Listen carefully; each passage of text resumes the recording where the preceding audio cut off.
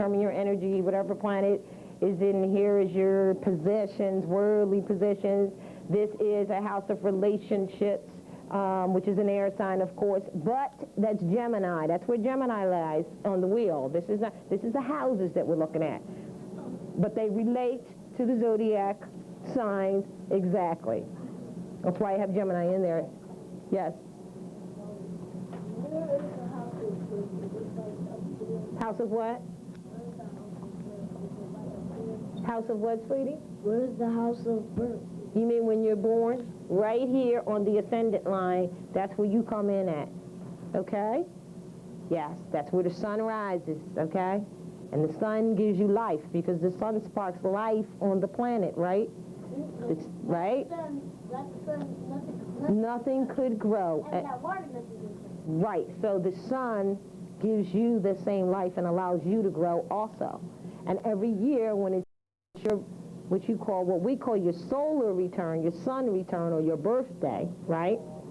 The sun is coming back to visit you to give you more life and to strengthen you and to make things grow even more every single year. But it actually does that for about 30 days, not just the one day. It stays in wherever your sign is for about 30 days.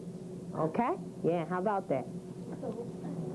That's a long time. But it does that, and it gets everybody who's in that sign. So yes, that's where your life is. All right, so we were at air sign, house of relationships. I put Gemini there so you could relate that that's where Gemini is. But we're talking about the houses right now. However, this house is the house of is a house of relationships. There are 3 of them.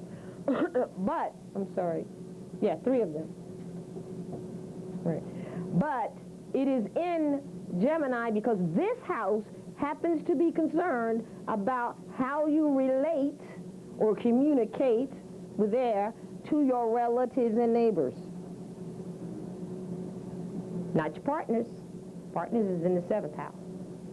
This is relatives and neighbors. So when you look at your chart, whatever is in there, that's how you're going to deal with relatives and neighbors. Whatever planet is there, whatever aspect is there, good, bad, and different. We got to learn about the personality of the planets first. Next. Houses first, planets next.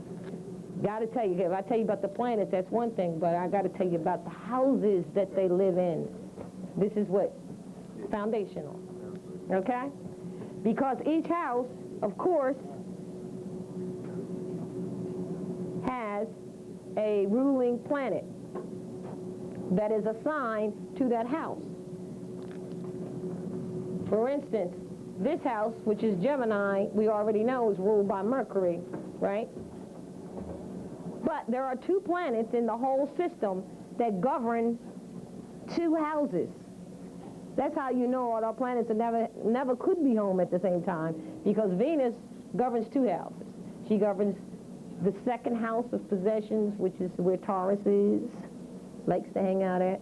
And she also governs the 7th house, which is of partnerships, a house of relations, right? So she likes to hang out there too. So in the travel of your natal chart, Venus owns those 2 houses, if I could break it down like that. She happens to own 2, and Mercury owns 2 houses. The real estate, you know, they got more than 1 house. What did you own again? Venus is 2nd house and 7th house. Yeah. And Mercury is 3rd house, which is where Gemini is. And what did I say? Oh, in 6th. Mercury rules Virgo. Now, see that? That's how that goes. And where's Venus? Right here, just over that. So that's why, as I was saying earlier, all the planets couldn't be at home, but these are their houses, their essence is there, they rule them. So this house of relationships is going to deal with whatever planet falls there or sign that falls there. It's going to affect how you deal with your relatives and your neighbors. Yes? Now, how do we know which planet control which house or govern which house? Did I miss that? That we're getting into the planets next. Okay, right. I'm glad you're thinking there, because that's just where we're going. Right now we're talking about their houses. Then we get into them, who they are. There you go. And then the signs. And then you pull it all together. Okay? Oh, and then, of course, the physical body, which is health. Very important. All right, so yeah, we're going to get there. And all I'm saying is that when you do find out, you got to find out what the planets do, who they are, and then find out where they were when you were born. Then you'll know what house they were in. Because oftentimes, even you do astrology and you'll say, oh, okay, you know, I'm a Virgo or whatever I am, and, you know, some astrologer might say, oh, you're something is in the conflicting with the second house, and you're like, what is a house? This is a house. This controls your relatives, how you deal with relatives and neighbors. This house here, which is a house, is a house. I say a house of endings because they're categorized. Remember, we have endings, we have houses of life, we have houses of wealth, and we have houses of relationships. So this is a house of ending, and you will find a correlation that all houses of endings are, as I mentioned, belong to water signs. All houses of life are going to be belonging to a fire sign or the home of a fire sign. Sign, I didn't say planet, sign. And they have their ruling planet, which we'll get into next. So since everybody sees, you know what the signs are, that's how they break down. And of course the element, that comes up when the signs come up right after the planets. So you'll know what the qualities of the signs are as well, and the elements that are attached to the signs. And then the cardinal, fixed, and succedent, we already know, is attached because that was the foundation when the sun came in. Now, house of ending, Cancer. Why? What does it govern? You have heard Cancer's is the house of home, but you see I have latter years right there, right? And I told you that throughout this, I'm going to give you both. I'm going to give you, people shorten it because it's easier to just shorten it that way. That's why it's like they say Gemini governs the arms and the hands. Well, it really goes the arms, the hands, the shoulders, upper part of the lung, the collarbone. You know what I mean? They shorten it. So that's what happened here. The house of endings, the house of home, which is the fourth house, which is Cancer, which would determine, it actually is what determines your latter years. Because your home base affects where you're going to be in the end. Right? Okay? And also any other issues of home. Home, surroundings, domestic life is right there. Your house of home, or your house of latter years. And they're a water sign. The deep stuff they worry about is how they're going to end, where they're going to be in the latter years. The home, the family, it's where the nurturing is. The children, the house is governed, I can tell you now, by the moon, which is fecundation, impregnation, Mother Moon. Now, we go to Leo. This is a house of life. It is the house of creativity, and you'll often hear it attached to children because creating children is an act of children, or having children is an act of creation. Right? So that's your house of creativity. Then you have another house of wealth, which is Virgo. Virgo is the house of wealth, just like Taurus was the house of wealth. This deals with, and I'm glad we're going to Virgo because Virgo has a lot, and it's the opposite of Pisces. And you'll see, I told you I analyze because that's what they do. They analyze everything. They're very exacting. But also employment, which is the same as service. You'll see service attached to Virgo sometimes. Well, service and employment is the same thing. The interesting part is that they do service. They're worried about being paid for their service. Whereas their opposite, which is the Pisces, will do a lot of service with no money, for no remuneration. That's the type of person they are, right? They do a lot. You find they do so much for people because they basically have a sorrowfulness about them.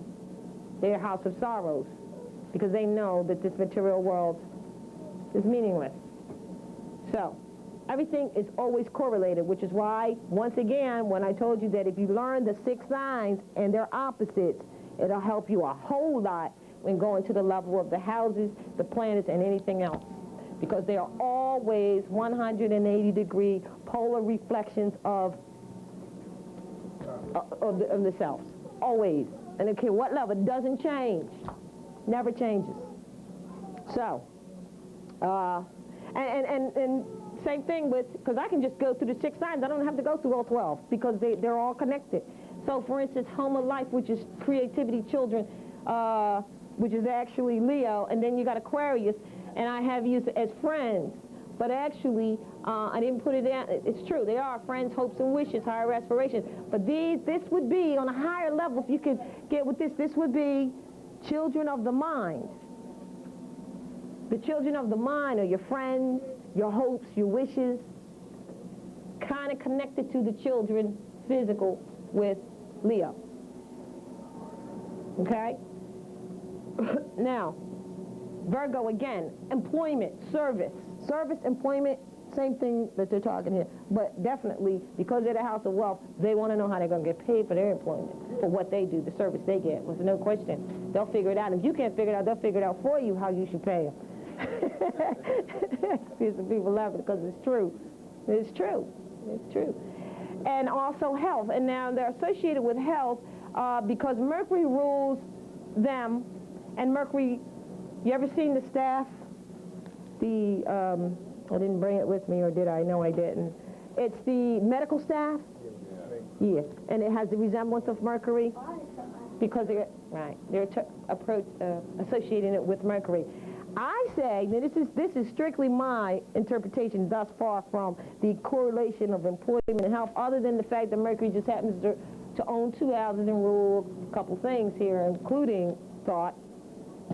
And I believe that is it, and now I'm sure of it. At this moment, I've come to this realization with you, which is great, is that when you worry about things, it ruins and can destroy your health.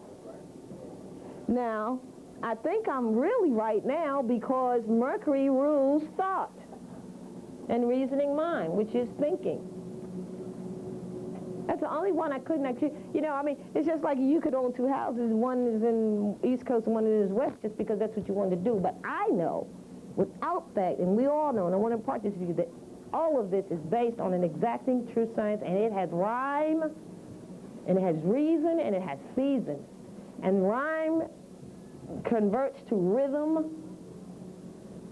Reason is thought, and season is manifestation. There is a book that's out that correlates thought patterns. Yes. Specific diseases in the body. Oh, wait till I get... Certain, sometimes Yeah. you may get nervous about something. Yes. And it affects your stomach. You get the butterflies in your stomach, thoughts are things. Well, it's interesting you say that, and I don't want to jump the gun because it's going to be a lot of fun looking at the health thing. It's going to blow your mind. You got to see this. But I will say this, since we're talking about Mercury and we're talking about thinking and worrying, guess what part of the body Virgo governs? The stomach. Okay? So now we're tying this in even more because, like I said, it has a rhyme, it has rhythm, it has thought, and it has a season. Yeah. What are the other signs go to? I'm going to show them all in one time. We're going to read right across it in a minute, and I'll show you, okay? And I got this nice drawing of this body that tells you which each sign is. Yours is feet, and you're the opposite of stomach, by the way. You're the opposite of Virgo. Okay, so then we go to Libra, which is, this rules, now this is interesting, because I really did some research on this one. This is a house of relationships, governed by Libra, which all houses of relationships are going to be air signs, all of them. There's only 3 air signs, there's 3 houses of relationships. They belong together, is what that means. This is your partnership, coalitions, relationships, unions. And what I found even more interesting, I think I put it in one of these graphs, is who you will mix your blood with, as opposed to your friends or anything else. That's what the partnership means. That's why some guys will meet women and they say, oh, there's a Libra, she wanted to get married. who who you will mix your blood with is this house, the 7th house of unity and balance. Okay? When you're doing a chart, look and see who's in your 7th house. Because it pretty much is going to be, it's going to affect your house of relationship. You're either going to be attracted to that person, or the person in that house is a negative influence to you because maybe it doesn't like Venus or something like that, like Mars and Venus. They are, well, I won't say that because they're actually total 180-degree opposites, so they definitely attract because your opposite attract. Your best mate is your opposite. Your best is your opposite, because it, or your reflection, I'm sorry, because it is a reflection of you. That is truly the first marriage, and even if you read the Zodiac Constitution by C.M. Dey, he tells you that. Your first marriage is the 180-degree polar reflection. Your second marriage are the angle signs. Okay? I can tell you what they are. Just give me one second. You can look at the complement. Yes, that means they're complementary, and that's your first and best mate. So if you are a Leo, Aquarius. If you're a Gemini, no, I can't remember this. It's Sagittarius. If you're an Aries, it's Libra. If you're see, this is how you remember this. I'm going to remember 6 signs, and then I don't have to worry about the rest. Aries is Libra. Taurus is Scorpio. You help me out if I get lost. Gemini is Sagittarius. Cancer is Capricorn. Virgo is Pisces, and that's it. That's all I have to remember. Yes. But how can you say that if that's just your sun sign? I heard you say earlier, like even your ascendant is more of your personality. And your sun sign, that's just like your life force and your energy. No, I said whoever is in your 7th house, when you do your natal chart, whoever is in the 7th house, which is the house of relationships. However, okay, when you do your natal chart, whichever one is sitting in the 7th house, whichever planet or sign is sitting in the 7th house, will have dominion or have effect over who you will look for or choose as a partner. Really. That's what I'm saying. Or have some effect in your life where partnerships are concerned. Be it a bad marriage or a good marriage or whatever it is, it's going to affect it. But back to your ascendant sign, very interesting question. The ascendant is going to represent who you are physically attracted to, but that does not mean that that is the best mate for you. And that's where a lot of people are right now. They go and whatever's on your ascendant in your chart, you're attracted to that type of body because the first house represents body. Interesting, isn't it? So, now, who are you going to mix your blood with? Partnerships, that type of relationship. So the first air sign is Gemini that says, okay, I'm concerned about, the first house of relationships says, okay, I'm concerned about neighbors and relatives. And then the other air sign is, what did I miss one? Oh, well, Libra, who says, I'm concerned about who I'm mixing my blood with. And then when you go over here to Aquarius, their concern is about their friends. All relationships, but 3 different kinds. Okay? Now we go to Scorpio, house of endings, exits and legacies. I found it interesting that this is the house of partners, but Scorpio is concerned about the way in which they are going to exit this world. That's why they're the house. It says it is a house of endings, but when you look at it on the zodiac wheel, it will say death and regeneration, which is an ending. But on the house, remember, we're looking at the houses now. The house is a house of endings. And it represents how you will exit the world. And actually, it represents legacies, meaning... Yeah, that's about the same. Yeah, I'm a Scorpio. Well, that's what legacies are. Yeah, I don't be thinking about how I'm... No. I've been thinking about... You're thinking about... Like... Yeah, what I got to do. Yeah. What I got to do when I exit this world. When I exit, how am I going to leave the situation? Right? That's what it means, how you will exit this world. But it comes down in our world to legacies. Yeah, legacies. And actually it goes, this is partners. I guess if you're worried about this governs in someone else's life who's not a Scorpion, their partner's money. Say that again one more time. This house, the 8th house, whatever is in the 8th house, governs your partner's money. Oh, you mean my mate? Yeah, partner, business partner, doesn't have to be me.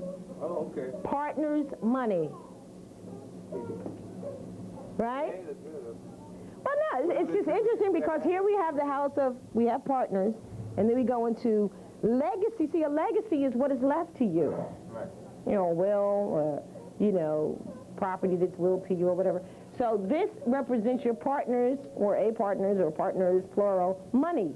That's what is concerned here. Okay. Now, this has stuff in it that's really, really, planets in it that are really, like Jupiter, which is expanding. Then what that probably means is that when you're going to have a lot of money willed to you at some point in your life. Or win the lottery often, or whatever. I'm just saying. You know what I mean? That's what it represents. Or actually, because Jupiter is the planet of expansion and luck, I'm saying if it were replaced there, you would have a good Chance to win it. right, and there will be legacies left to you. This is what I'm saying. Whether it's your partners or the lotto, I don't know. Okay, and then you go to the next last house of life before coming out, and that's Sagittarius. And it's interesting, it's the house of learning and aspiring. It's a fire house, you know, the burning desire to learn, right? Yeah, right. And across from that is a Gemini. Gemini says, I think, they say, I see. Oh, I see. Or I aspire. Thinking, like I said, you can't aspire unless you can think. So then you have another house, the last house of wealth, most interesting, the Capricorn. The Capricorn is the goat that's climbing up the mountain constantly, you know, not never losing his footing, and that's because they're worried about social status, public esteem. What does that mean? It's a house of wealth. Now, look at this correlation. First house of wealth is worried about worldly possessions, personal possessions, right? The second house of wealth is worried about how they're going to get them. That's Virgo, with employment. How am I going to get the possessions? And then the last house of wealth says, well, how am I going to enjoy it? You got the correlation now? Okay. So, and then Aquarius I already kind of went over when I went over with Leo. They're basically about friends and about employers' money, because that helps them with their life in terms of, you know, how they can enjoy or have their hopes, wishes, and dreams. Actually, they represent altruism, total love for people, which is where we are in the age anyway, you know, spiritual love. And then Pluto, House of Endings is bad. Neptune governs that. And that's Pisces, that's a spirit. They're into the spiritual, you know, they actually are very, very intuitive. They're deep, as we say, deep waters. They have a sorrow about them. Now, the interesting thing that I'm going to tie in with them and their opposite Virgo again, because I told you there's a lot going on. And every study I've done and everything, I don't care what it is, Pisces and Virgo have the lengthiest stuff. But that's because, again, Mercury rules them, and, you know, you got two things going on here in Virgo, employment and health. Now we understand what this correlation is. You'll see people that say that Pisces is the house of sorrows. You'll see people that say it's a house of confinement. It's a house of self-undoing and things like that. Think about it for a minute. If this is a house of secrets, that's what undoes that's what undoes you. That is your self-undoing. It's the secrets that you keep, right? Your confinements will come, and confinements means, interesting enough, Pisces governs confinements that include jail houses or hospitals, because those are confinements, aren't they? Whereas Virgo, it's opposite, might get sick because it's the head of health, and then Pisces will decide what type of confinement you will have if you do get sick. It's governed. You got the correlation? There's a correlation there. And so your sorrows, your secrets, and your self-undoing may land you into a confinement that's jail, you know, or the hospital. So we're going to move off of this because I think we got this, that these are the houses, and these are the facets of your life that the houses control. Planets. Okay. Let's do this one. Oh, that's the signs. Got to get to the planets and then the signs real quick, okay? So here are the planets.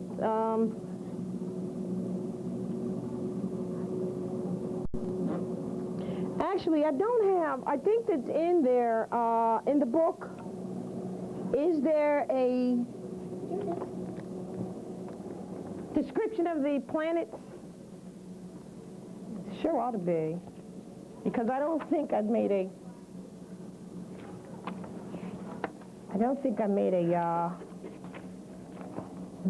Yeah, you got a table cast? Table cast? okay, yeah. Page number 6. Unfortunately, I didn't put a,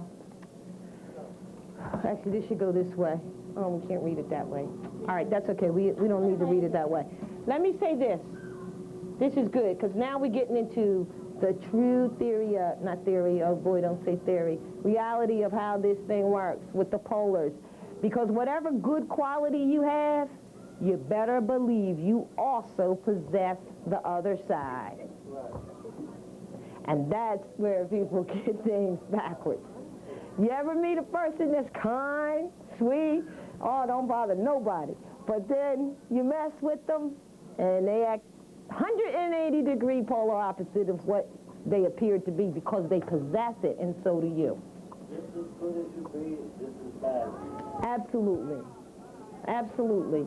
And in life, if you would take that and apply it to your life, you'll never say that something is so bad.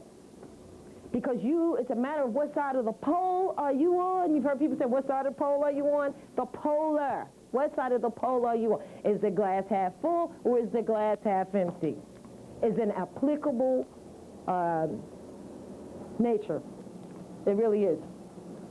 And it will keep you from moving forward if you do not recognize the fact. Because it will keep you with the excuses of why and who and where and when all the time. But it will free you if you understand that whatever just happened, there is an equal and opposite reaction. It was there. Maybe you didn't catch it this time, but it existed. The silver lining behind every cloud is true. It's a lesson for you. So, any vanity that people have is also discarded when they learn the science of the astrology.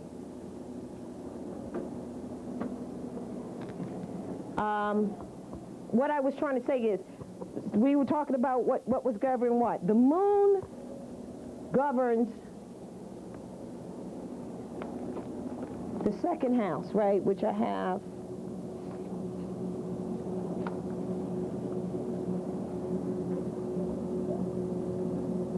Okay, here, this'll do it. This'll do it fine. In fact, this'll put us in where we want to go next to the signs. Except that I did it landscape, and we can see it pretty much, right? You see Aries? This is not in the book. Yes, it is. Page 12. We're jumping ahead a little bit, but I want to get to the planets and what they rule, and it's right here. Well, actually, I remember it. I know that they rule what house. Well, this is an interesting layout right here because it gives a little bit more, and it's really a jumping ahead because this belongs to the signs, and we'll find this interesting too. But what I was trying to get to, and we'll do two things at one time. We already know, and tell me if you don't, have it clear. And the front page of the book, by the way, has the signs on the front page, on the cover. It tells you which planets rule what. And I think we just want to go over the actually, we want to go over what the planets do, right? Just for a minute. We did the houses. But I don't have my transparency for what the planets do, other than I do have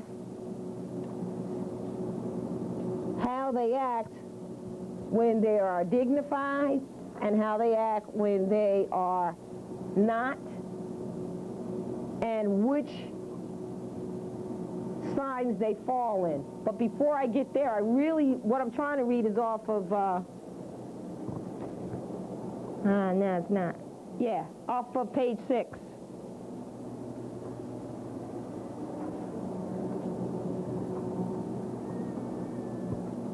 Okay?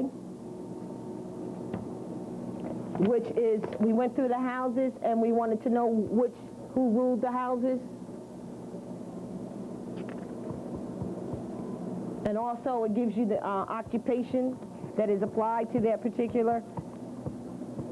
Where are the planets? Dignified. Okay, anyway. All right, the planets. The sun. The sun rules Leo. This is not going to be in order of necessarily the houses or whatever. The sun rules the Leo, and as we said before, it's the giver of life, vitality, and individuality, right? I've got to change this. I've got to change this for just one moment. We're going to go over where they fall. If the sun is in a good place in your life, in your chart, you will be, as indicated here, and this chart is on page,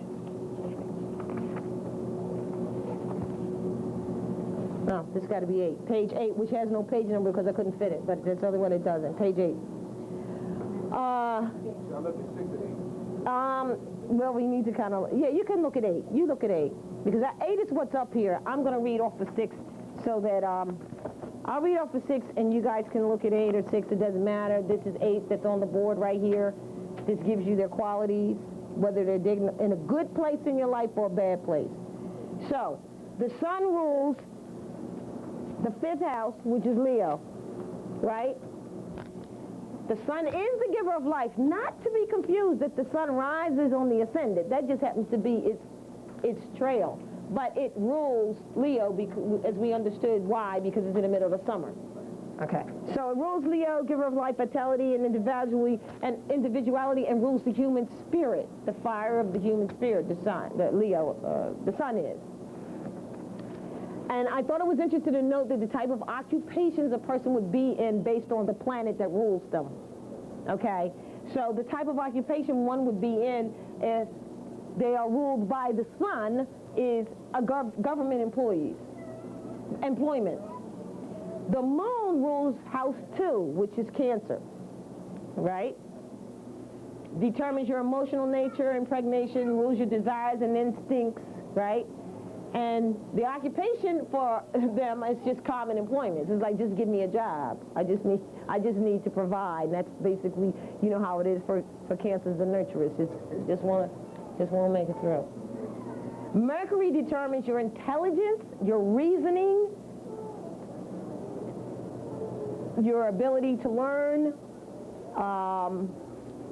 your ability, your thinking, your mind, your brain. And it rules Gemini and Virgo, as we already talked about. So this stuff, we kind of like all these stuff, we're just going over it. And occupations of people who have heavy Mercury, or who are ruled by Mercury, and or who have a lot of Mercury in their planet, in their natal chart, they would be working in schools, because a lot of them are teachers, intellectual affairs, and publishing. They're intellects because they're using their brain. They're air signs. They use their brain. So that's where you'll find them. And if they're not there, that's where they need to be or maybe best fitted to be. That's how it's designed. Venus rules 2 houses, Taurus positions and, thanks, help me out, and Libra. Venus determines your love nature, your pleasure, coalitions, and physical expression. Occupations that people would be in there would be natural occupations would be entertainment, art, and social functions. Anything that you can display beauty and harmony with, because that's what Venus likes. Mars determines your assertiveness. Actions and dynamic outward energy. Occupations are manufacturing, building, and munitions. Now, Mars is the ruler of Aries. Jupiter determines your idealism, your expansion, your luck in expansion, and Jupiter basically bestows your gifts. Once you find out who you are and you begin to expand, then you receive the gifts that are already, then you recognize the gifts that are already in you.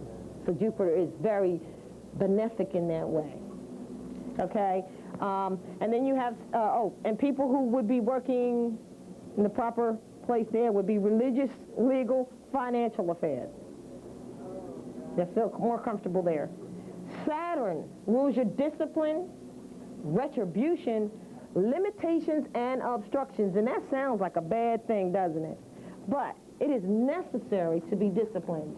It is necessary to have obstructions so that you can see where it is you need to what areas you need to work on. Do you need another book here? Yeah, I do. Give that to him. It is necessary so that you have to have those disciplines so that you can learn what it is that you need to work on. And it is considered a malefic planet, which we're going to get into right after this description. But it really isn't. Malefic meaning that it is supposedly bad. But I already told you there is no such thing as bad planets. It's just what they do. So then we go to, and people work, the jobs or occupation that fits Saturn will be mining, farming, cement work. Uranus rules change, unpredictability, originality, and altruism. That's Aquarius. Rules Aquarius. Occupations are railroads, aerial, electric industries, or electricians, or anything that has to do with electricity. That's why if you look at the Aquarius glyph, it looks like or electrical waves. It's waves, communication, yes. And then we have Neptune, which rules your inspirations, new ideas, and divinity. Divinity being a spiritual thing, which is where Pisces is under. Occupations are oil and fishing industries, because it would be anything that has to do with the water, because it rules, Neptune represents the water, okay? And then Pluto, transformation, spirituality, secrets, illusions, underworld, subconscious, inward energy. Occupations of waste, recycling, and research work. Now, the interesting thing is we know that Uranus, Neptune, and Pluto are the higher octaves of. It's real simple. They're the higher octaves of, because everything is... Mercury, Venus, Mars. Mercury. How did you know? I need you to tell me, how did you know that? I just remember. First three planets. Did I say that earlier? You said it, remember? First three planets. You guys, see that? He remembered. The first three planets. You know, I was doing the study on that, and I said, higher octaves of what? Now it makes sense.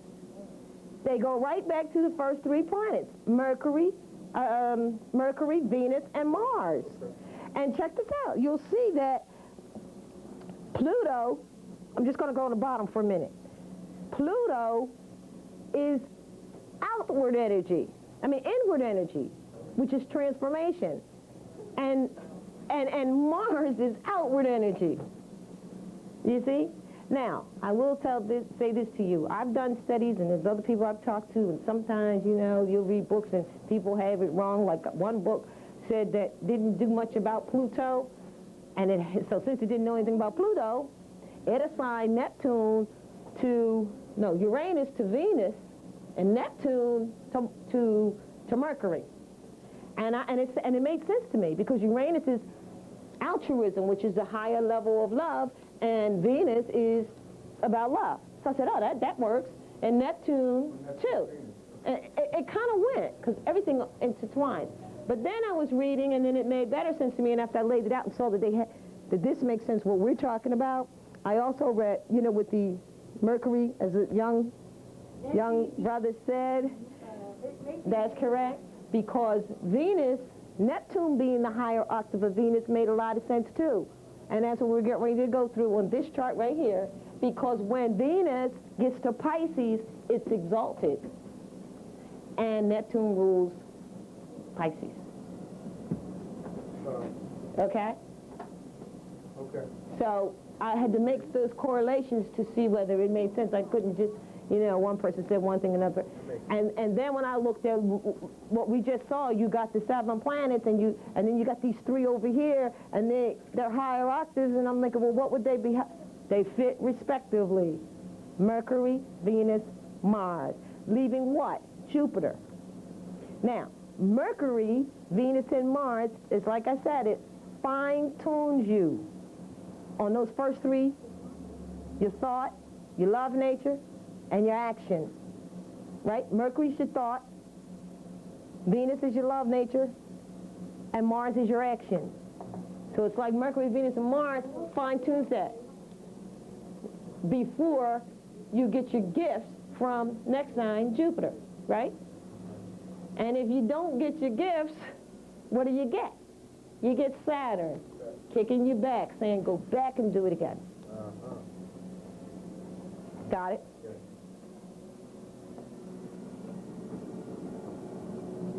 So there's your 7, and your other 3 is 10.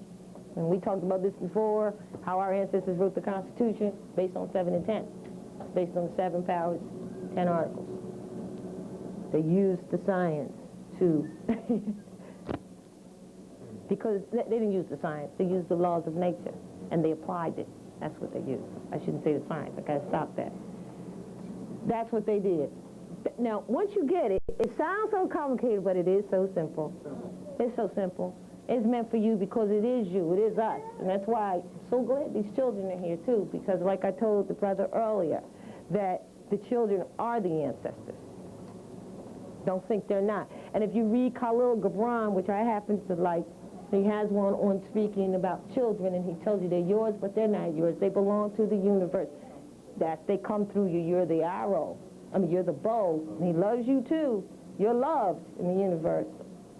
But as he loves the arrow that shoots it, the bow that shoots it, right? You're loved, but you got to understand. And they are the ancestors. And right now, today, when you come to them, they know it's inside. They wait for you to say it. As soon as you say it, they got it. So they already had it. They're waiting for you to tell them. And if you don't, that's okay. They'll get it later anyway. But they may suffer, and we have. Okay. Because the only person that could change this is just like what I'm just saying. When you think about, oh man, wow, we wrote the Constitution on 7 and 10. They need to know that. It's like in my day, I would say, well, wait a minute, Mr. History teacher, if the Indians were here when Christopher Colombo got here, how could you discover it, right? Basically, right? But we did that. Can't you imagine now that we actually sat through that? So what's the question today of the children? I have it, I think. If George Washington is the first president of the United States, but yet no. They say that George Washington is the first president, right? Mm-hmm. Okay, but he was a general, George Washington, before he was the president, right? Mm-hmm. So then what president made him a general? Because all generals are appointed by a president. That's the question the children should be asked today. They teach you. A general is appointed by a president. So what president appointed Washington? Okay. Real nice questions. Relative to the Indians, how could they discover if we... But I'll tell you how much trickery is in there. You don't understand. People are actually fretting like this. Mercury must be burning. Almost burn. The sun is burning them, really, because the sun is coming back. That's why you're getting skin. If you read the book of Malachi, the 4th chapter, it says it right in there. Not S-O-N, but S-U-N. The sun. Go home and read it, because it's just read the 4th chapter. There's only 4. Malachi. There's only 4. That's old. That's the last one of the old before it comes out of the old. There's only 4 chapters. Now, I wouldn't do nothing in the new. Really. Not really. No. But I hear you. But, the new and revised religion. Re-allegiance yourself to this. No. So what happens, Malachi, it's only 4 chapters. It represents 4 generations, actually. But your mind is going to be blown when you go home tonight. And you open that book and you read chapter 4, and you see that it says, S-U-N of righteousness shall return to burn them up. Take that to your preacher and say, what do you mean by that? It's right there. It is not hidden. It says S-U-N. In this case, they mean the Son, which is the Son of Man. They mean exactly that. So, so we go back and we start thinking, as we were doing last night here, we start thinking, well, wait a minute, back in there they talk about leprosy, and leprosy is the skin. What is it? Leprosy equated today is nothing but a skin disease, and it was acquired from not every time you come out in the sun. It would eat you away. It's cancer. It's skin cancer now, leprosy then. Same thing. So anyway, the sun is coming back. So it'll take care of it.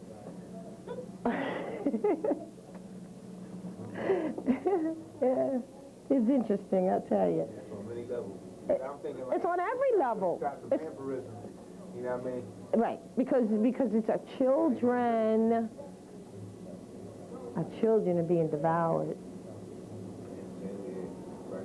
And another thing you think of, and this is another thing, things that make you go, oof, in the V8. If, in fact, you don't save the children, you have no more line.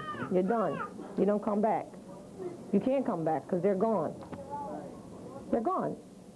That's your posterity. That's you. And that's why, again, going back to the Constitution, it says in the preamble, for our posterity we write this, which is our children's children's children's children, forevermore. So, okay, so we got the suns. We got the... You understand the planets a little bit now? Yes. We do? Good. We're getting to the part you want to go to. I just want to say this to you. Remember, you have a question, sweetie? Yeah. What? When are you going to get to the, It's coming up. About the body parts? Yeah, you're going to like the drawing, too. Okay, hold on. I just want to say this. Now that we got to the point where we understand that that opposites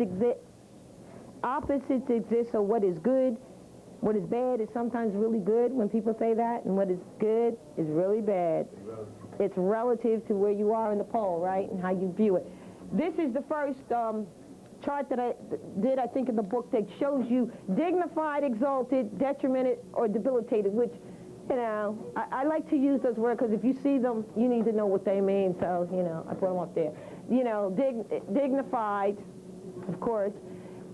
Detriment meaning trouble. He's at detriment. And then debilitated, and to me that can all be the same thing. But in this, it's 2 different things. A detriment is weakening, and a fall, or a total debilitation, which I didn't put debilitation up there, I'll put fall, is the same as a debilitation. You are totally debilitated. You're done. So they are 2 different things. But what I wanted to show was that here are as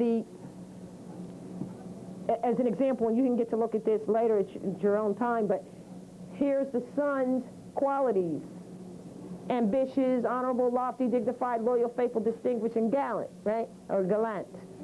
But if you're at detriment or debilitated, that person's going to act this way. Disdainful, proud, or, vain, domineering, despotic, arrogant, authoritative, and haughty.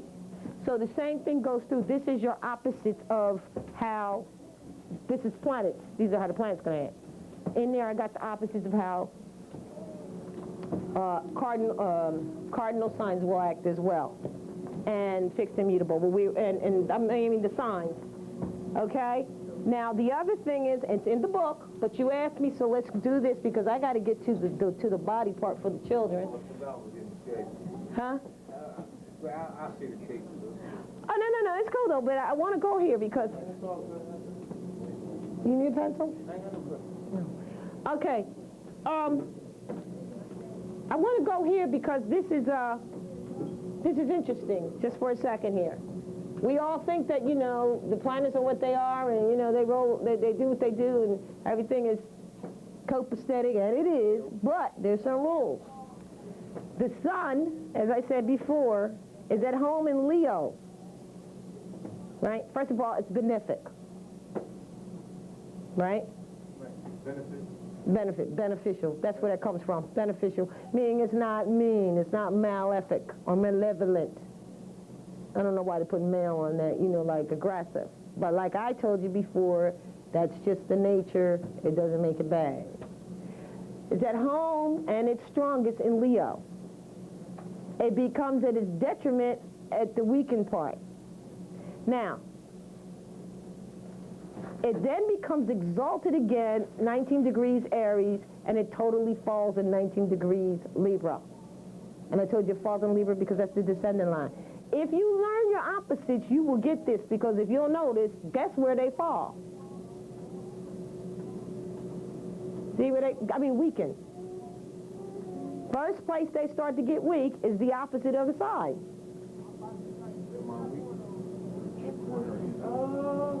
You got it now? Oh, the opposites are the 180 degree, because, wait a minute, we're talking about a 360 degree wheel, so 180 degree from that, and if you count them, I don't care which direction you go in, you're going to land in the same place. That's where they begin to be weakened.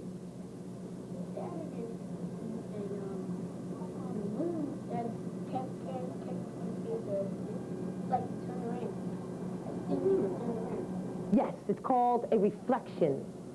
That's called a reflection, just like when you look in the mirror, the reflection. So that's exactly what this means, son, that there's 12 signs, but if you can remember 6, you can remember 12, because you'll remember the opposites, and that's the reflection of the other. And you ever hear people say opposites attract? Okay, this is where it comes from. Right, like magnets, at polar opposites, magnets. So, yes.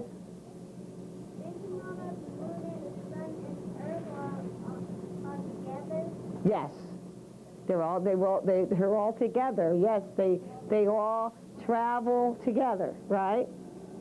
Yes, they do. That's what we're talking about. So now, again, learn the signs and their opposites, and you can quickly roll through, and it's not that difficult. So they begin to detriment at their opposites. Now you see Mercury, because it rules 2 signs, well, of course it's at home in Gemini and Virgo, but then it's going to be a detriment in Sagittarius and Pisces, okay, which is the opposite, all right?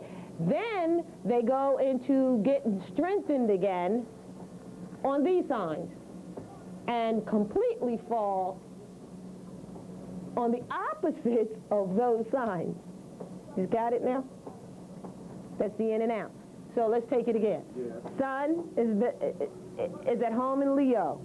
It begins to be a detriment in Aquarius, which is its opposite, right? Or its 180 degree reflection, I'm sorry. I don't like to say opposite. 180 degree reflection. Remember that, okay? That's like when somebody calls you a name. They really, they sticks and stones, hit right, and then deflects off of them. That's the same thing. If someone it's the opposite. If they call you a name, you can say to them, that's 180 degree opposite to you. Meaning whatever they call you goes back to them. Right. And I found that to be true. Exactly. And I'll tell you, I found it to be true with relationships that you have. And that doesn't necessarily mean intimate ones, and you might know this too. And it's an amazing thing to realize, because then you come right out of the rut of that. You come right out of the rut. Please know that usually in a relationship, the person, everything they say to you that you are, trust me, it's what they are. And when you realize it, you begin to feel so. But when you know this, and know these laws of order, you will never have to go there again. You'll know it, you'll see it, because you know it. But isn't it true? I want to make one comment. One quick comment. Sure. I want everybody to hold the comments and questions to the end, so Yeah. we can get through all the slides and the whole presentation. Yes. Because it's getting kind of late. Yeah. All right. And I do want to do that.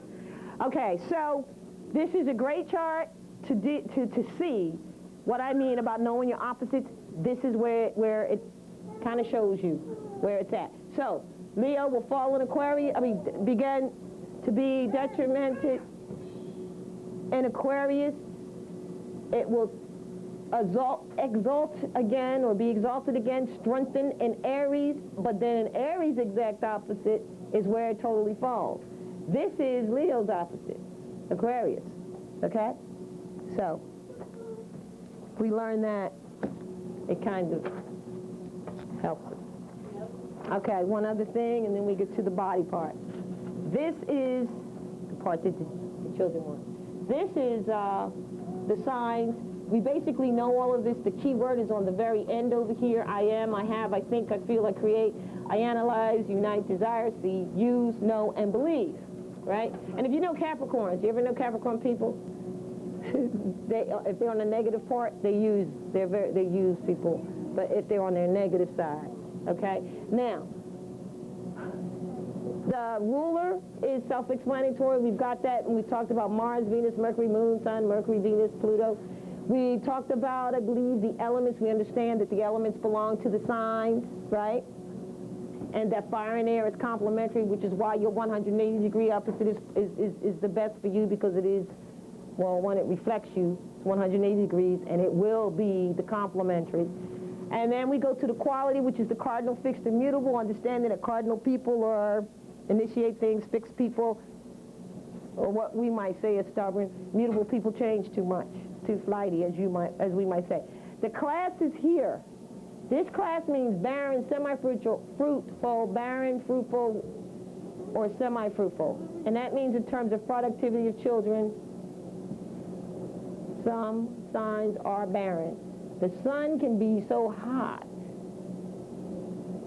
Aries people, they can almost like burn. They take temperatures higher than a normal person when they get sick. So that can affect your productive. But of course, that has to do with what else is in your sign around you and your other body parts. Semi-fruitful people are not likely to have a lot of children per se, but it depends on what else is in there, what else is going on in the chart. And then barren people are Geminis, and again, that depends, but this is the general outlay. Of course, Cancer is very fruitful because that's the fecundation house, right, with the moon. So of course. And then you go down through there. Your polarity is what we've been talking about. Now, I just want to say something to you. If you have heard positive, if you've heard masculine signs, and you've heard positive signs and negative signs, and you've also heard masculine, feminine, have you ever heard that? People say, oh, I'm a masculine sign, I'm a feminine sign. Let me just explain to you, it's important. First of all, just remember this. Positive sign versus a negative sign person means, well, it means positive or negative, right? But it's the polarity. It's either positive polarity or negative polarity. How it translates to us is not good or bad in terms of I'm negative and you're positive. It is not that at all. What it means is that I am positive, so I am the outgoing energy or force, and you are the negative, so you are the inward. So it's the person who has a positive personality or a positive sign comes into the room and gives off energy. The person who has what we're calling the negative is the person that comes into the room and receives all the energy. They may be very quiet. You may think that they're just, they don't do a lot of movement, they're not outspoken or whatever, but they are taking in the energy. People who are water signs definitely have that quality, especially Pisces. They take in a lot. And people who are intuitive a lot, who have intuition, they come in and they receive the energy from other people, and it really can weaken them and tire them out from receiving so much. So that's what positive and negative equates to in our physical self here, but it's just the polarities. You have to have positive and negative for currency to work. The masculine and feminine, it's unfortunate I won't say it's unfortunate they assign them. That's a different thing, but they go hand in hand. Actually, it's really not a different thing. It's the same as the positive and negative. It's the outward energy or the inward energy. And that's why I put them in there. If a person is positive, you know that means they're masculine. It's the same thing. That's why I did not make a separate thing for it. But in the terminology, you'll hear or see that. And now you'll know when they say to you positive, that it means you give out energy, and when they say to you negative, that means that you receive the energy. Now you'll know that if they say masculine, they're talking about positive, which is giving out energy, and if they say feminine, they're talking about negative, which is receiving energy, because they go hand in hand. Okay? The type is just explained by the body part, by the symbol. You know, bestial means beast, animal. Well, that's Aries, of course, because he's represented by an animal. So is Taurus. Gemini is considered a human sign and a voice. Mean vocal, which is, you'll find all the air signs are going to have voice because you communicate through air. Communication waves, right? The relationships, so they're going to be air. So then Gemini is our first, actually, duality, but the first human body sign in the Zodiac. Then you have Cancer, which is mute. It's funny. You're going to find, I'm giving you another correlation, quick correlation, that you can learn from. And that's how you can learn, by looking at this. This is why I said you really need to have this. All water signs, I'm just going to make it sure, all water signs are mute. All air signs are voice, but not necessarily human. Voice, right? All waters are mute. And the bestials are not necessarily the same. The bestials just deal with whether it's an animal sign or not. Mute is Cancer. This is bestial because it's a Leo on the line. I mean, that's obvious. You can look at that and see. Okay? Voice. So then wait a minute, I'm wrong. All human signs. There you go. Gemini is a human, so it's voice. Virgo is a human, so it's voice. And Aquarius is a human, so it is voice. Okay? Now, Sagittarius, mute is the water sign. All mute are, as I said, the mute are water signs. Aquarius, of course, is considered human because he's a human, he's voice. This is Capricorn, is bestial. Capricorn, if you notice, this has the goat tail on the end. You see in the Capricorn that looks like the goat? That's because it represents man coming out of the water, evolving into animal. Now, Sagittarius represents man coming out of animal, evolving into man, which is why it is half man and half beast. That's why it's bestial and human, and it's a voice because the voice part comes from the top part of it, which belongs to Sagittarius. Okay? Back to the mute water signs. This holds true that they are all the mute signs of the water signs. Now, temperament, bilious meaning outgoing. This is almost the same as cardinal, fixed, mutable. It's all the same, but not really in this case. Bilious means outgoing, nervous. Temperament belongs to Tauruses. I believe the nervous temperatures are going to be the land signs. Yes, all land signs or earth signs have the nervous temperament. Okay? All fire signs have the bilious outgoing because it's fire temperament, and all air signs are sanguine. Sanguine is sort of mellowed, I don't know how to, mellow. Lymphatic is what, again, water signs. You're going to find them as being the lymphatics.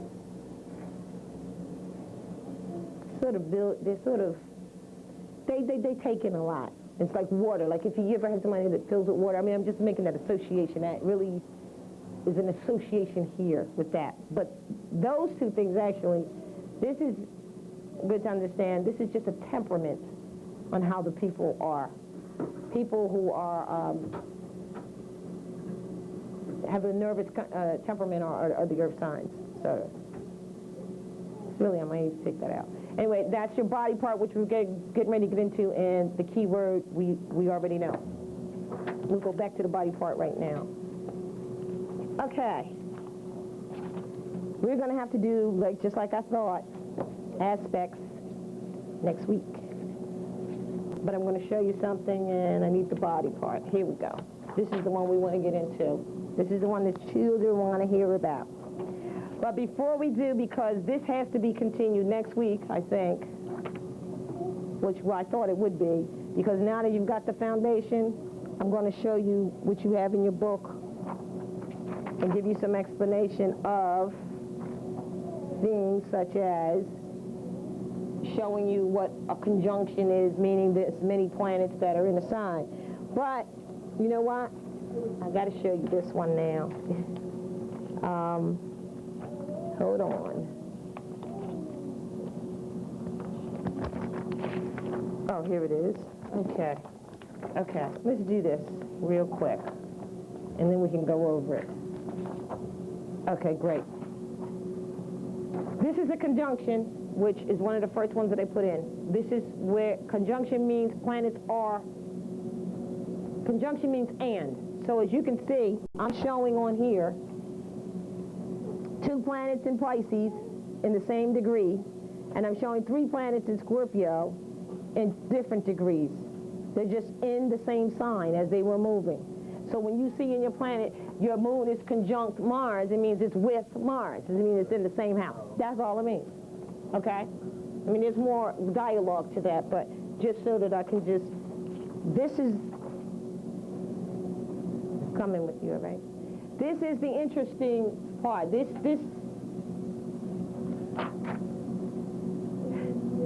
remember when I said you had elements? You can look at this, the wheel, and you will find this is a trine. A trine is 120 degrees apart.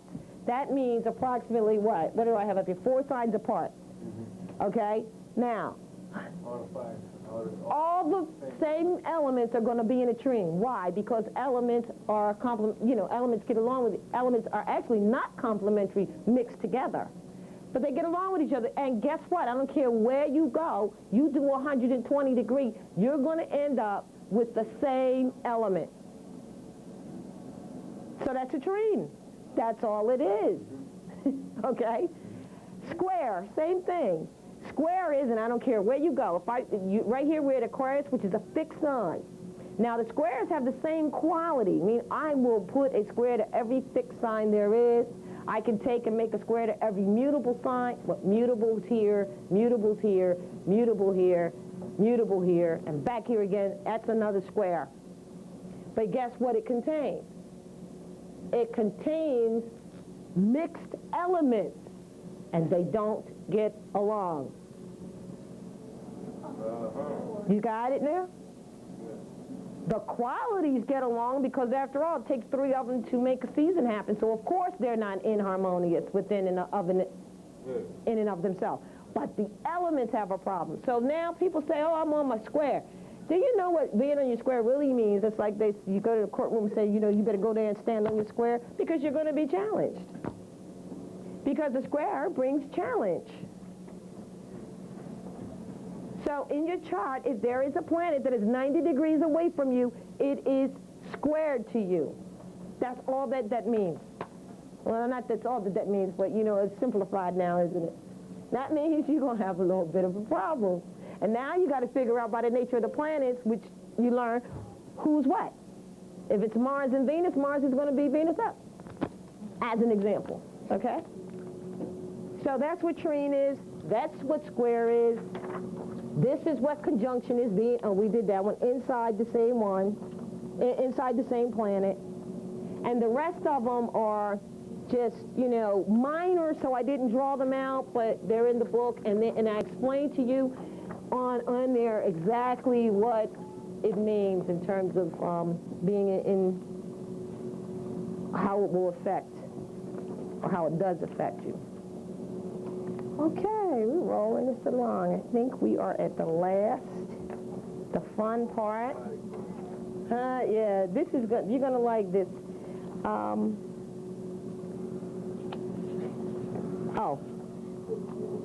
And I keep saying O-N, waiting for the one last thing that I do need to make clear that's in your book. Okay, this is important. That's coming. Now, I want to make a correction. I did in your book, I have the south node and north node incorrect. Please correct it. South node of the moon goes up, north node of the moon goes down. Last 26, I believe, 27. Last page before Yeah, it's the last page, not last page, sorry. It's 21, it's just glyphs of signs and planets. However, I also will say that not all of the glyphs are on there in your book that I have on here. It's only 3 of them that are on here. The parallel, the semi-sextile, and the semi-square. All of the descriptions of what they are in the book. Every last one of them that describes what it is. However, those last 3 I didn't put on. They're minor anyway, but I just put it on this particular layout. Please, what's different is this right here. The south node, the symbol I have in the book, I reversed them when I... Oh, okay. Okay, please reverse those to make it right. I don't want anybody to think that you don't know. And then you say, you got it from me. I didn't know. I do know. I just made the mistake, and please correct it. The reason I just put these signs up here like this, like all of these are the aspects, and these are the symbols for them, because once you get into this and start learning, it's a lot of information. So rather than you writing it all out, you use symbols, such as, which I didn't do, I'm going to do one. You would put, here's the sign for the moon. I would draw one that would say moon. If it conjunct, I'd take this and put it next to it, right? And then I would use this sign for Mercury. This doesn't come out right. It came out different on mine. Anyway, I would use a sign for Mercury. See, this doesn't look like this in your book, because your book has it in the right, has it up higher. This one came out wrong. So I would use a sign for Mercury saying moon conjunct Mercury. You see it all the time. I mean, Mercury. That's what the glyphs mean. That's all that they mean. Okay? Or moon trine. So those are like the operations and those like Yes. characters of numbers. Yes, exactly. I see the sister shaking her head. It was like made to be so... I've been looking at this stuff for a long time, but it's like real Foreign. And as far as these I'm gonna blow up. I didn't even want to get into it, but it was like, well, how do these come? I've read about, I think it's an ancestral, and someone had talked to me about this too, so I kind of collaborated with them. Ancestral signs of what the planets are. These are the signs of the planets. Who wrote them? It may be from even a different whole language, just like you're going to put this together. They put something together. So that's all that it is. South and North Node. Oh, South and North Node, most important. Don't have, why didn't I leave that on there? I didn't put it on there, but that's okay. This last page, I got to tell you something. You can do your whole chart. Now do you understand why your natal chart is important? Okay? About the houses. Because in houses that affect. You want to go to page, this is very important. And that's why I kind of put it in at the last minute. Because not a lot of known information about this. The South Node and North Node on the page that I have your glyphs. Same page you're looking at your glyphs. On the bottom it says one final important aspect. You see that? Okay. The moon's nodes are referred to as North Node and South Node, also called Dragon's Head, which is the South Node, and Dragon's Tail, which is the North Node. The locations of the nodes indicate your karmic life. This is probably one of the most important ones in here.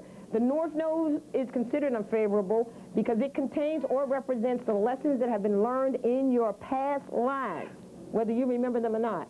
Since these lessons have already been lived and learned, it could be very easy for you to fall back into them because you've been there kind of before, and you may become comfortable with that. The South Node is favorable and represents the highest areas of expression that you can reach. Now, the reason is that the North Node shows what you had to learn last time, so obviously once you learn it, you need to be moving on. Right. So, what? Isn't the North Node what you were looking for, and the South Node is what you want on the left side? No, South is always closer to the head of heaven. It's reverse. It's reverse. The North Node is considered the unfavorable one. That's your old stuff. Okay? Okay. Why, you read it somewhere differently? Yeah, what book on it? Like, called Astrology, Astrology for the Soul by Jen Spiller. I got the book right here, too, by Max Hendel. You might, yeah, okay. But it's funny that no one ever asked me, and I guess we all understand, because I sure asked the question about why the southern hemisphere is up. Yeah, I was waiting. You were? Well, then I'm going to save it with question and answer and get to the last thing. Okay, so no, this is the way that it goes. It's that way. Okay. As I said before, this is maybe the most important aspect because it's about your lessons that you've already learned and you want to make sure you don't want to go back there. One of the more important aspects. But you don't find too much information on it. You have a book on it in complete detail? Yeah, what's it called? Astrology for the Soul by Jen Spiller. Is it recent? Yeah. Can you, when you're done, would you write that down? Because I have looked at all the books that you're seeing in there. There's something on it in terms of if your south node is in Taurus, this is what it means. But I don't mean that. I mean, okay, yeah. I mean real descriptive. Of course, people may now be starting to do that too, to write more of that. Okay, so did we get the glyphs? Couldn't leave without giving you the glyphs because that's what you see all the time. These glyphs, they just represent the aspects. Okay, is this the part you wanted? The colorful lady and house. All right, this is our lady.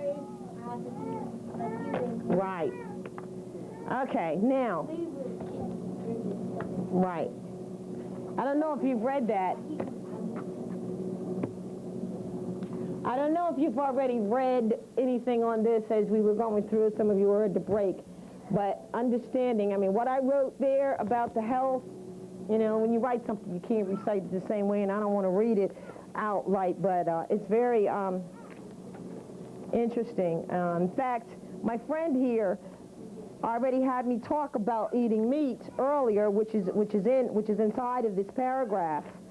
The interesting thing about the body, this I call the physical zodiac, is that we've seen in our review what parts of the body. Did we review what we already know that every sign governs a certain part of the body? Okay, so we talked about that. So these are the parts of the body that they govern. Now what you'll notice is, if you have an ailment in your body, the symptom to that ailment is going to show up in the 180-degree polar reflection. Okay? Remember, this is reflection. So, I'll give you an example, a good one. Everybody can relate to this. Well, we can hardly see that because I got it in yellow. But there's Leo, the heart, right? Its 100-degree polar opposite is Aquarius, the ankles. Everybody you know that has heart problems has swollen ankles. Guaranteed.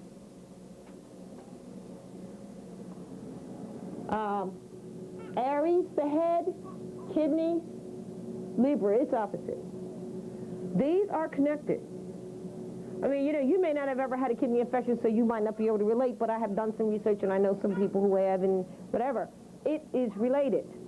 You have a headache and may have to change your eye prescription if you have a kidney infection. That's how extremely related they are.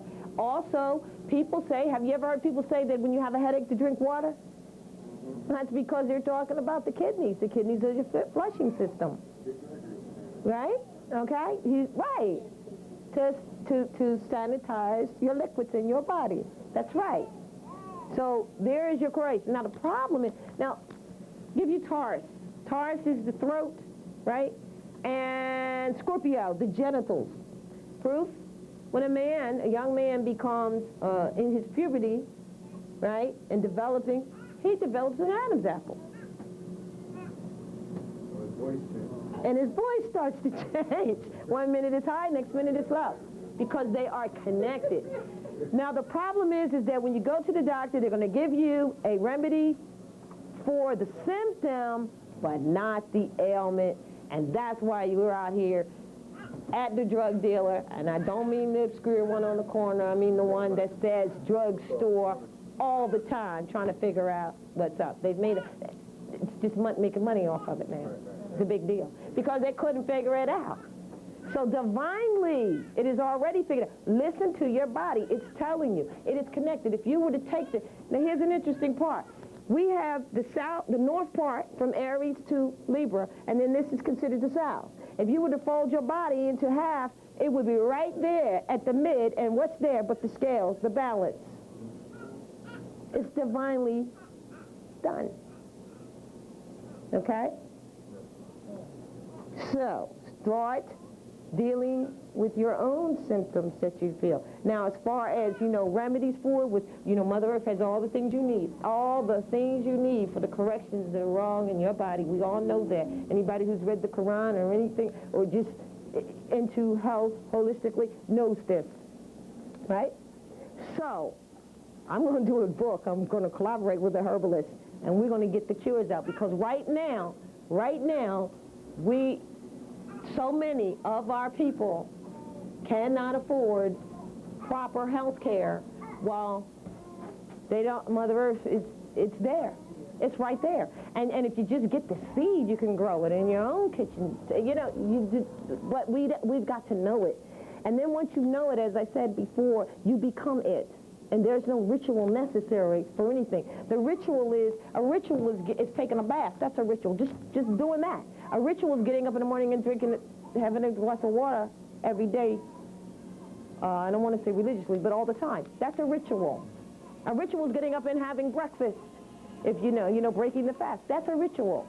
We are so into chasing after these. Right. It becomes part of you, just like this will become part of you. And you don't have to do a ritual, because when you walk, you're walking in it. You are it. You following me? Yeah, it's there. And by the way, if you get up in the morning and do drink a glass of water, it'll put you straight. It'll put you straight. It's very good. It'll move, get everything going.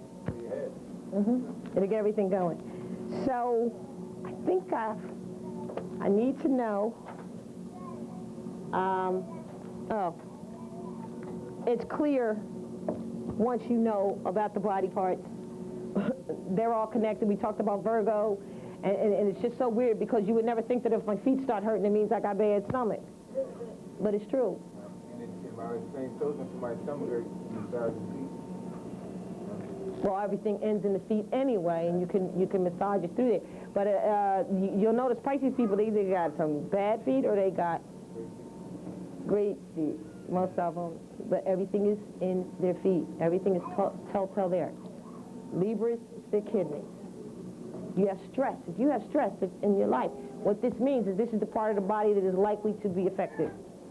Now, as far as getting into, some other things, we just did the elementary basics here, but we can get into some things where you can, like I said, you can know how many times not how many times. It's not a fortune-telling thing. It's just a directory of your blueprint, and it'll tell you by finding out what signs are in certain places, like your moon, your sun, and your ascendant determine your health.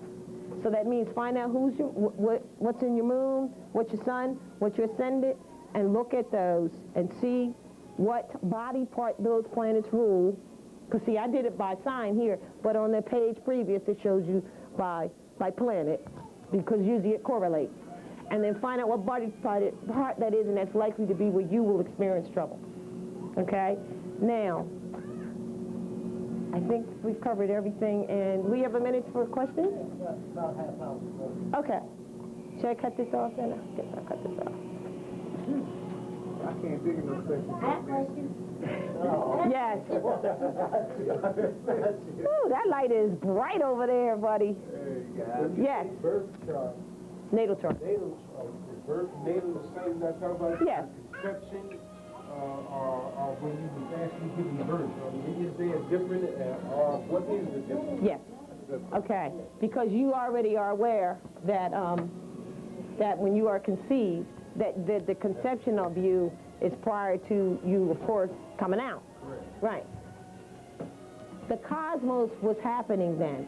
If we, and I'm going to answer your question like this, we used to do family planning which was planning to have our children by astrological accounts. One of the things I forgot to mention, but I will real quick right now because this applies, is if you look at the chart that I had up and I told you to count every other sign, that was but I forgot to tell you the 3 signs in front of you are the signs or the people that you're going to be attracted to naturally. And that is because while in the womb, you didn't get the influences of those signs. You come out 9 months.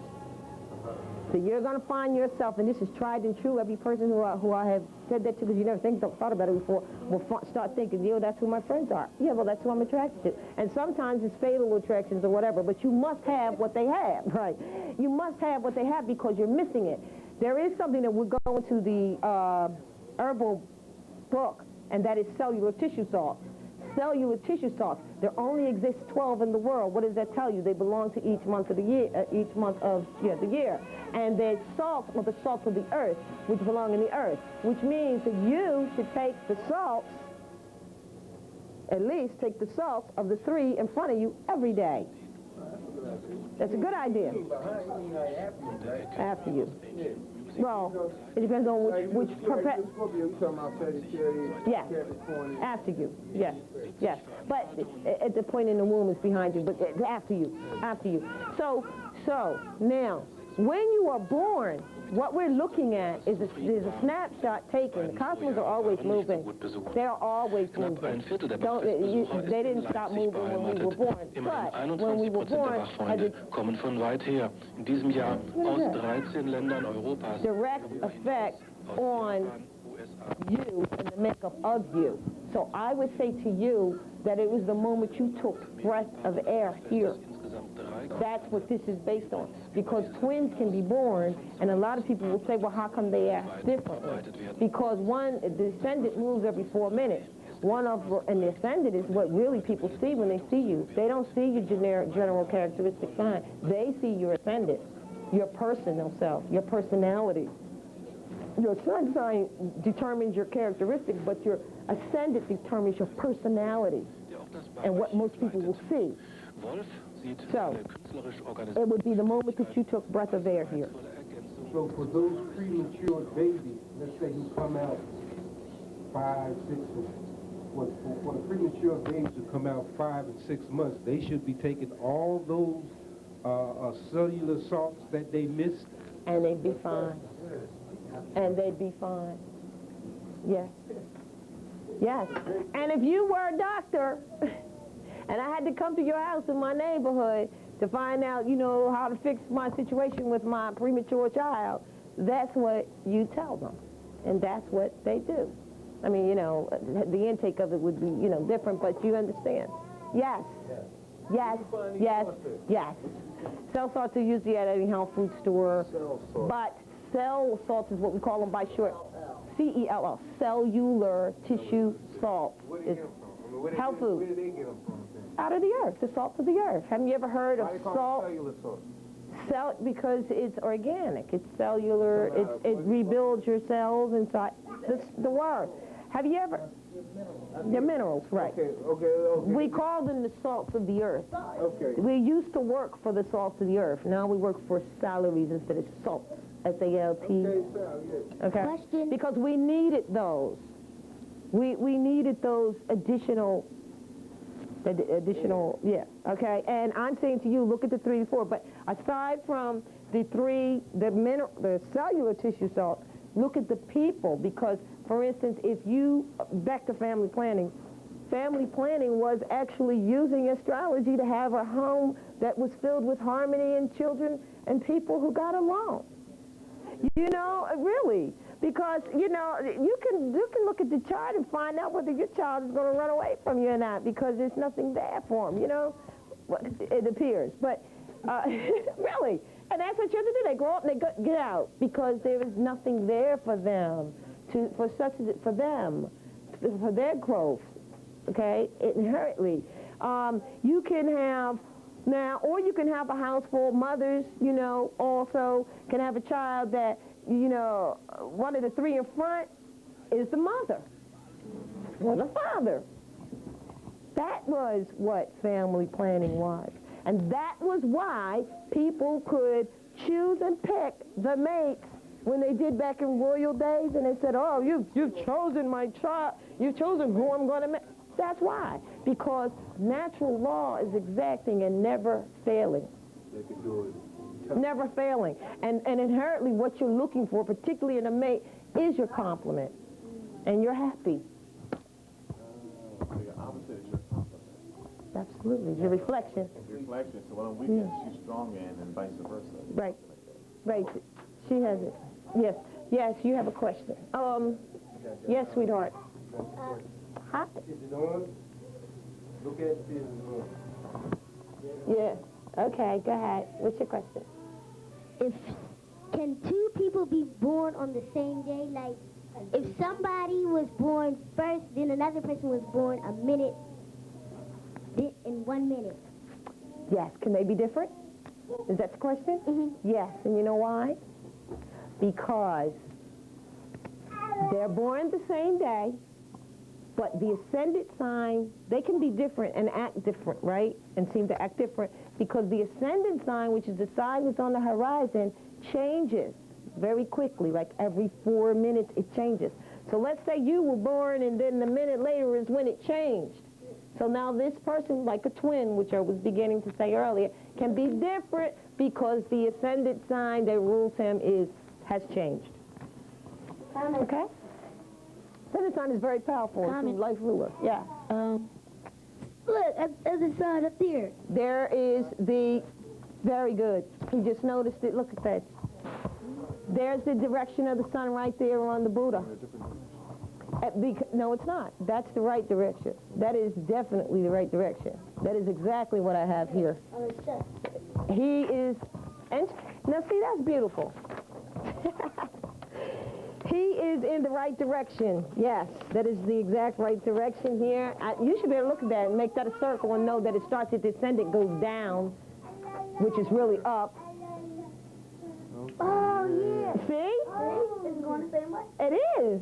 So that is showing you life. That is showing you the direction of the sun. The sun gives you life. Like that's an evil sign. There they have you thinking it's some evil occult sign when it really is the direction of life. That answers my question. Your question was? Why was north Oh, the bottom? But I love that. You answered it because you said that's the direction. No, it's a little bit deeper than that. That is the direction. But I'm saying in it, we're saying that the sun is going to the south. To the south, right? No, north was at the I mean, to the north. And north is at the bottom, and south is at the top. But you know north to be at the top, reverse. Right. Let me explain that. Reflection. If you were the heavens, right? Then everything would be reversed because you're looking down. It's like the way your eyes work, they see. Yeah. In other words, I'm up here. I'm Aries up here. And if you could stand up here with me, we're here. And we are southeast. Okay, we're going to do it correctly. I'm going to stand the way you are. We are north, south, east, and west. Right? And you stand there and be north, south, east, and west. But if I turn this way, right? See the reflection? It's not the same direction. My right is your left. Okay, let me try it. I know. I'm with you, but I know. You gotta click it. Yeah. Okay, it's hard to. Okay, it's up in the sky, Right. and we're gonna be up there with it, looking down. Okay, so we're not looking up. It's looking. Okay. All right. Right now, you and I are in the sky, and we're gonna be right. We're gonna have north, south, east, and west. Correctly. Yeah. Okay. Maybe I can. Correctly? All right, correctly. You would have north, south, east, and west, right? Right? This is up in the sky. This is in the heavens. Once you bring it down, how do I do this? Okay, we're up here with this in the right way. Flip it around. Yeah, but I want to try to explain it so we can get it. It's a reflection. So the reflection would be, we'd have to walk over here. How do we do this? kind of like when you're looking at something in water. Yeah, a reflection. Because when you look at something in a mirror or water, it reverses it. So if it's north, south, east, and west, and I'm up in the sky, and you're down there looking up at me, you can't be in the same north, south, east, and west I'm in, even though you are, but visually you're not. You follow me? So visually, if I'm here like this, north, south, east, and west, and you turn like this, your north, south, east, and west is it's the reflection. Okay? And that's a good question because it took me, I was trying, as I said, I put Aries everywhere until I find out. And then one more question.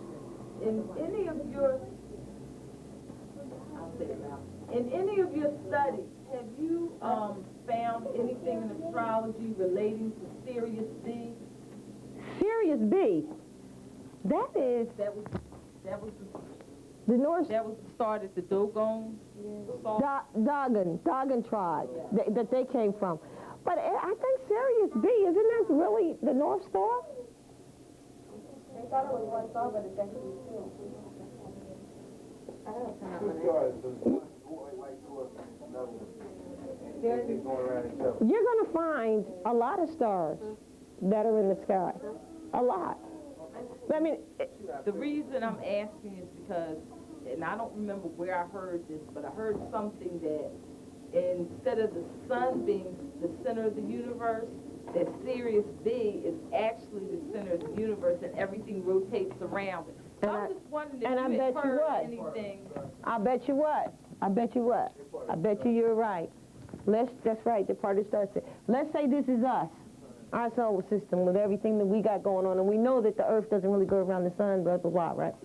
What makes you think that there isn't something else like this, or going this way? Or that's why, or over here. Oh, absolutely. But in this solar system, this is what affects us. You know, we can go there. Oh, see, now we're starting to think off the planet. It makes some sense here. Because right in Genesis, in the Bible, it talks about the Orion, and it talks about Pleiades. King James verse, same chick? King James. Huh? Right, exactly. It's right there in there. And then they skip over it. So yes. Absolutely. In fact, you know, I had someone tell me about, you know how they used to say that the cataclysmic things would happen every so many years? Yeah. Well, that might be because there's some other planet that only comes every so many years. In fact, I'm sure that that's what it is. You know, and they've got a planet now that's coming back, Nibiru or Nibiru or different explanations. And that's what the space, remember they told you they were building a space station off of the moon or Mars? Was it Moon? Believe me, when they told you they were building it, it was already done. First of all, we understand that part. Because they really think that we have really been asleep. And not just that the whole general public, because it was already done, just a second, sweetie, already done when they mentioned it. Already done. Why were they up there? I believe it was Jupiter. At that time, we had that activity about Jupiter, right? You know, they started talking about Jupiter and how expansive it is. And Nibiru is, just a second, Nibiru is on its way back, if that's the planet name, right? Because there's many names for it, many names. You know, like what was Earth was called? Terrestrial. No, I mean, I'm just saying there's many names that you'll find for the different planets and places, actually, especially if you go through Egyptian. Yeah, Marduk is another one. You see what I'm saying? All similar. But you know what? Sun, Moon, Venus, Mars, Mercury, Saturn, Jupiter, Saturn, Neptune, Uranus, and Pluto. Know about that. Because I don't know their relationship to the other planets that are out there, but it is infinite. And yes, I would say to you, absolutely, there's other places. I know that yeah. And when you read what I told you about the Book of Thomas, he's talking about the creation of these other places. It's even in there where they're saying that, it's really interesting, where they're saying that the child that was conceived by the woman Sophia okay, that was hideous because she intermingled with, it's all symbolic, intermingled with the wrong and out of authority and had this baby, and the baby was so horrible that she tried to hide him in the clouds, and then he, who had the light of the mother, which was pure, right, started realizing that, you know, he was hidden away, but as he grew, he realized he had a light that nobody else had. He had the light. And then when he would go around the people that had light, he would dim their light, because he was half and half, you know. And then when he would go around the people who had no light, he would give them light. So he's the man, right? And he then, being vain, decided to create creations, you know, to make copies of the realm, they called it, or, excuse me, in the book it says copies of the real, not the realm, copies of the real. And he made all these universes. Now, I'm just saying, this is what we read, right? So he made all of these copies of the real, right? Now, but they weren't perfect. They weren't right. And he couldn't create life. He could not do that. So, long story short, at some point, you know, they said, Mother, and this is in the book of Thomas, go down to this realm just above your son, and you go and you get him and you fix it. That's what's in the book of Thomas. All symbolic. And then, Book of Thomas, pull it up. Yeah. That book ain't in the Bible. No. oh no, it's called The Secret Teachings of Jesus. There's 4 books in there, John, James, and Thomas. Very good books. So Thomas is just about the creations of universes, really. You know, that's what the symbolic. But the most interesting thing that I wanted to point out with Thomas is, so this is where the story goes, and this is all pre-Genesis now, all pre-Genesis. So then, The Malachi also you spoke about earlier? yes, okay, fine. I'm going to have somebody read that. It's very short. So then he, in his powers, with his mother's light, thinking he's the man, right, because he lightens up people and dims other, he decides he's going to create these different universes. And so he did. And so I say that they say that the ruler of this universe is the devil. That's what they say. You know, which universe did he create? Are there some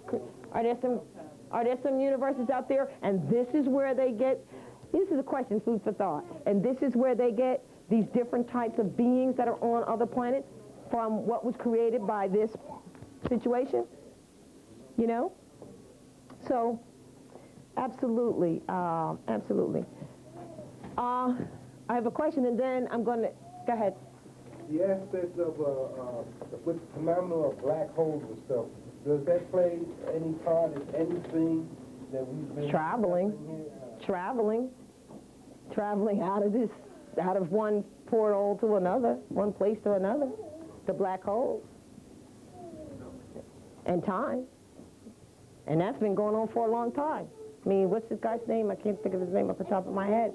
Had people that were melted into ships. What's his name? Did you study that? You know, trying to do time warps and black holes. And Philadelphia Experience, one of them. Excuse me. So, yes. When you were drawing on that, did you mean going places? Yes. I meant stars and planets and universes, and the stars and planets traveling through the universes. Yes. Okay. Okay? Huh? Tesla. That's it. Right. Tesla did so. There is one thing. Where did this brother go? The Leo. Oh. You want me to read this? I'll read it. I want you to elaborate. Did you get to talk about this? Okay, let's do this. Malachi chapter 4. Okay. I didn't read it. It's not in here? Oh, there it is, right there. Okay. Yeah, I want you to read it. Okay? Which part? I'll show you. This is Malachi chapter 4, right here to here. Okay? Okay. So read it to the end, right? Yes, sir. Yes, son. Okay. For behold, the day comes that shall burn as an oven, and all the proud ye and all that do wickedly shall be stubble. And the day that comes shall burn them up, saith the Lord of hosts, that it shall leave them neither root nor branch. But into But unto you that fear my name shall the Son of Righteousness arise with healing in his wings, and ye shall go forth and grow up as cows of the stall. And ye shall tread down the wicked, for they shall be ashes under the soles of your feet in the day that I shall do this, saith the Lord of hosts. Remember ye the law of Moses, my servant, which I commanded unto him in Horeb for all Israel, with the statutes and judgments. Behold, I will send you Elijah the prophet before the coming of the great and dreadful day of the Lord. And he shall turn the heart of the fathers to the children, and the heart of the children to their fathers, lest I come and smite the earth with a curse. Absolutely. Now, before you hang it up, boy, you read this. Read. How is this sentence? Shall the S-U-N. Of what? Righteousness. Okay, so read that again, just that one part. But unto you that fear my name shall the S-U-N of righteousness arise with healing in his wings, and ye shall go forth and grow up as cows of the stall. S-U. Oh, okay. He wants to get on the camera. You know how.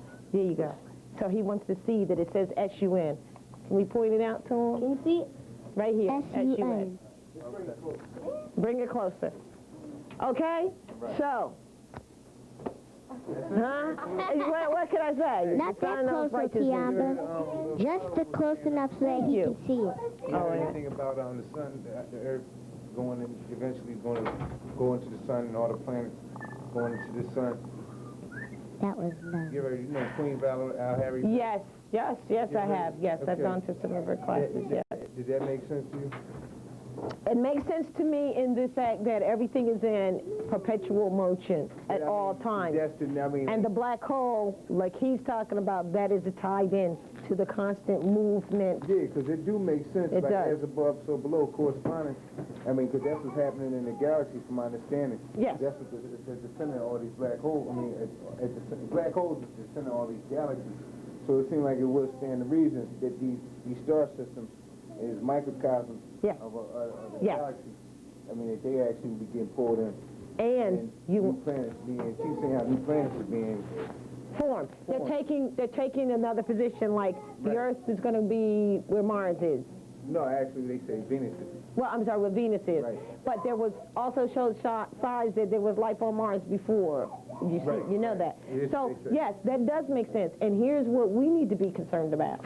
If that be the case, that we are also going to shift and go off the planet. Well, yeah, she was saying. And in order to do that, you need to have the principles of law and order for wherever you go, however you get there. That was my understanding. She was saying how at one time Venus had the water, and as they came closer to the sun, the water evaporates, goes out into space, and gets caught by the next strongest gravitational force, which is the planet. And that's what she's saying. That's supposed to be happening to Mars, in between here and Mars.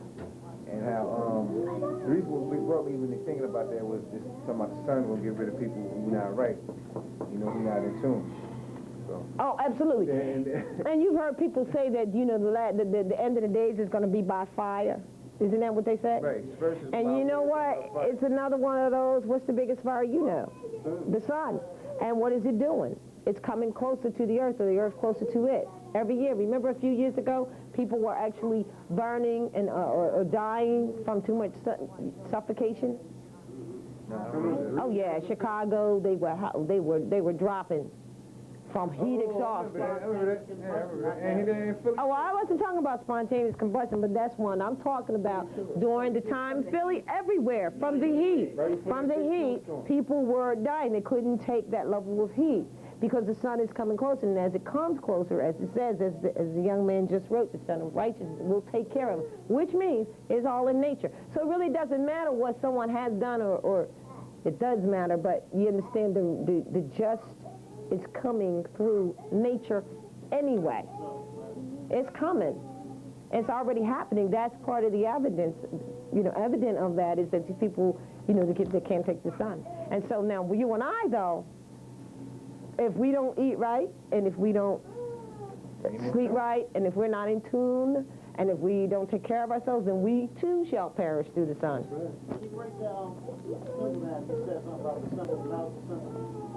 Oh, yeah. Well, I need the other symbol, really, because this is, if you ever see this is the sign of Mercury, right? They sometimes, in medical, they definitely have the snake on there, and actually, this is it, incomplete. I think they have something else on the top. But this is what they use in hospitals and for the sign of medicine, when it's actually the sign of Mercury. And sometimes you'll see Mercury and he'll have wings on his feet, the messenger, because he's also in charge of Gemini, which is an air sign, which is communication. He's in charge of communication and thought, and also health. So this is why they use this sign in the medical world. There's a lot of signs. You should see all the signs on your card, like Toyota. That's I think that's the symbol of Taurus, right?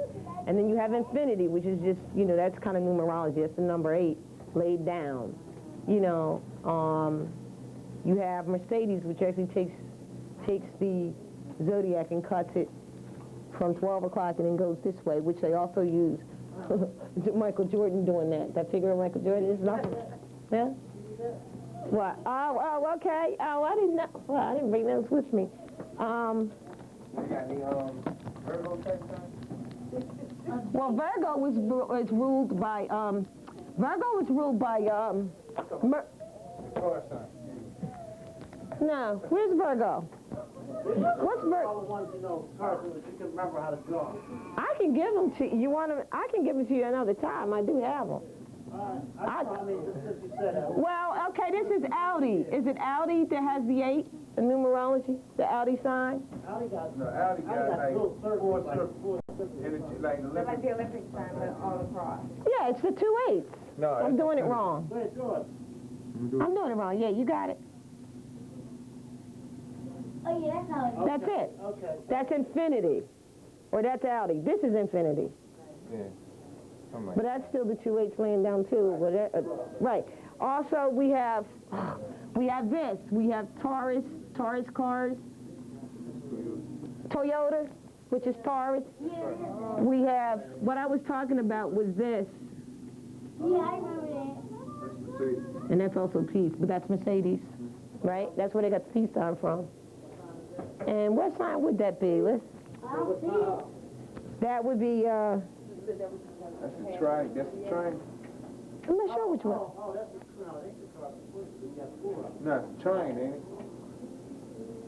Yeah, this is the one. This is Michael Jordan. How does it relate to the Zodiac? Yeah, I'm not. Michael Jordan got 5 points to it, look like. Does He he? be like, ain't he like this, he like this. But he got a head too, don't he? Yeah, I guess, yeah, you're right. They're the 3 fire signs. 3 fire signs. Yep. See, if you know, this is what's interesting about this. Let me show you something. This is what's interesting about this whole wheel. Now, I can't draw that well as I can on the computer, but if you took any of these signs that are of the same element, and you'll see the triangle. I'm just gonna do this because I'm just gonna assume the positions and do this. Then I take the next one, and oh boy, probably gonna mess this up. And I do that, right? And then are you following me now? Yeah. And I do. That is like a sun. Those are just the connections of all the elements. Then, remember the spirograph game? Yeah, okay. Then I take and I match up the squares, right? Or not the squares, all of the signs of the same, the cardinals, the fixed, and the mutables. So then I will go and I'll go here, and I'll make another square as I attach them. And then I need to do another square, but Yeah, I could do another color, but I don't know where to put the square at. I think it's here. No, it can't be there. It would be here. It would be right here. Something like this. Something like this. Something like that. I messed. I know it's gonna mess something up. But are you feeling what I'm saying? And this is how all of it. I mean, I did the Toyota. I'm trying to think. There's another one that was so much. Well, Toyota's obvious with the Taurus. Oh, they got the truck called the Aries Ram. Dodge Ram. I mean, they just got the Ram on there. But you'll notice when you look at the glyphs of these, that's the face. That's a face. They govern the face, right? And this is Anything for Cancer? Cancer. Oh yeah, Cancer. Cancer is this is the glyph for Cancer. This is the crab. But oh, you mean do they use anything? Yeah. You know what? Something you might want to look into, Noah, since you do the subliminal stuff, because this would be under that. Why don't I just give you? I have a sheet of them, and I'll just give you the sheet. Okay. Yes. Just the car model thing, the symbols for the cars, are taking the symbols for that. Do you think the people who had that symbol might try that kind of car? You know what? They might be, one of the reasons they do that is in hoping it's about numbers and getting people to buy a car. They're trying to do is sell the car, really. And they're selling the car based on your science, astrology and the symbols. Selling it back to you. So it's very possible that someone may be automatically drawn to their symbol, whether they're aware of it or not subconsciously. Subliminally. But aside from that, the fact that they use the psychology of the meaning and the nature of one of the signs or planets or whatever to sell back to you something and you don't even recognize it. The fact that they're even using it, it shows you the power of it. Why aren't they using anything else? So that's what we have to begin to look at, that these things that belong to us, that we once knew and applied in our daily life, are being used by other people and not us. And we need to get back into it. And it'll feel real good. You're interested? You like the astrology? You think maybe? All right. Well, I'll be here next Sunday. Okay? All right. Okay. Close out. Good night. Thank you.